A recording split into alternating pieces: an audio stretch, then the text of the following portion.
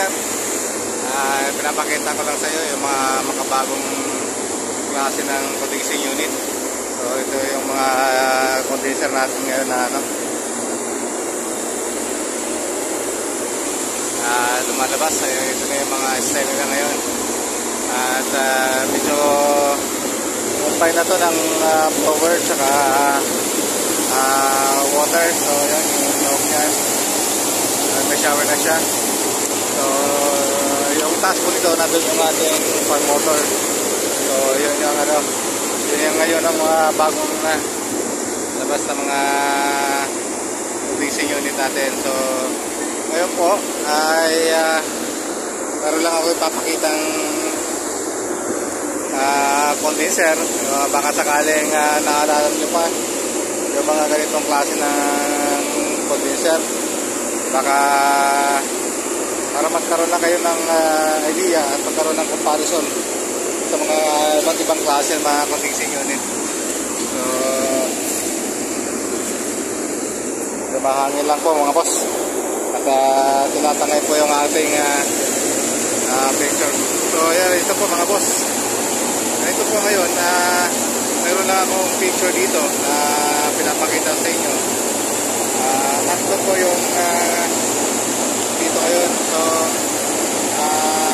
identify lang po saan po ba dito yung ating condenser. At nakikita nyo man, mayroon dito sa taas, mayroon dito sa dalawa sa gitna, mayroon dito dalawa din sa lalim. So yan mga boss, kung kayo ay counting challenge lang to. So tatanong ko lang kung saan po dito sa tatlong items na to yung ating condensing unit, kung ito ba yan nandito sa taas or nandito dalawa sa gitna or yung nasa ilalim na bahagi ng ating ito po yung pang-ammonia system dito mga boss. At kakaroon lang tayo ng counting challenge para at least identify natin yung mga condenser natin. Pinakita ko lang sa una, ito yung mga makabagong ori ng ating mga condenser.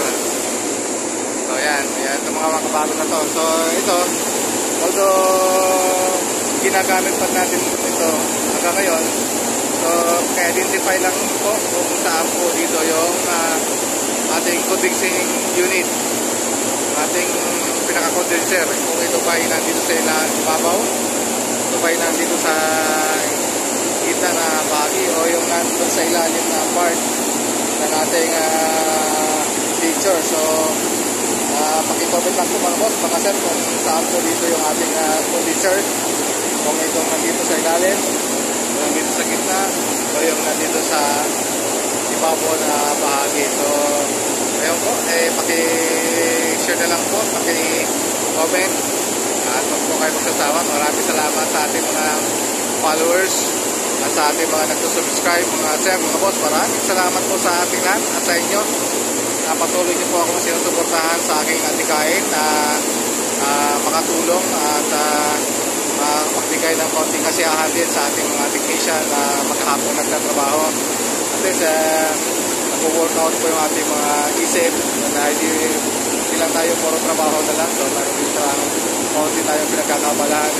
So minsan may mga nagko-comment na hindi maganda. So kailangan po natin patulan mga boss, mga sir, basta pang-adikain natin, mga tulong tayo ng konti-unti sa ating mga baguhang technician. Pagbigay tayo ng ating komento at ng ating mga kaunting kaalaman na ibahagi natin sa ating mga technician na mga bago. At tayo naman hindi na rin kakabata, tayo ay patanda na rin. So unti-unti may ibahagi na rin natin yung ating mga natutunan sa ating trabaho, sa ating mga baguhang, yung mga experiences natin. So unti-unti na ibabahagi natin. So sa ganitong paraan, at least hindi man tayo personal na nakatulong, kakatulong naman tayo sa ganitong pagbabahagi. So hanggang dito mga boss, mga sir, at maraming salamat. So recap ko lang po mga boss, alin po dito yung ating condenser, condenser natin sa refrigeration system. So ito, inuulit ko lang po, ay ammonia po ito. ang refrigerant. So yan, ito po ba nasa ibabaw, eh nandito po sa gitna or nandito sa ilalim na part. Yan po. So hanggang dito po mga boss, maraming salamat po.